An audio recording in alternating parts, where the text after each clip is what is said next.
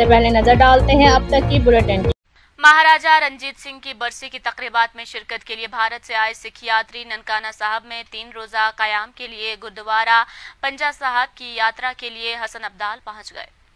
महाराजा रंजीत सिंह की बरसी में शिरकत के लिए आने वाले 400 से जायद भारतीय सिख यात्री ननकाना साहब में 3 रोजा क़याम के बाद गुरुद्वारा पंजा साहब की यात्रा के लिए हसन अब्दाल पहुंच गए। यात्रियों की आमद से कबल जिला इंतजामिया ने तमाम इंतजामात मुकम्मल कर लिए थे। सिख यात्री अखंड पाठ, माथा टेकी, स्नान और पोक की रस्में अदा करने के बाद वापस ननकाना साहब रवाना हो जाएंगे।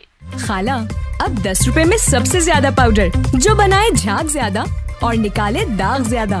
आज तो बड़े चमक रहे हो। वाह, क्या बात है। बोनस की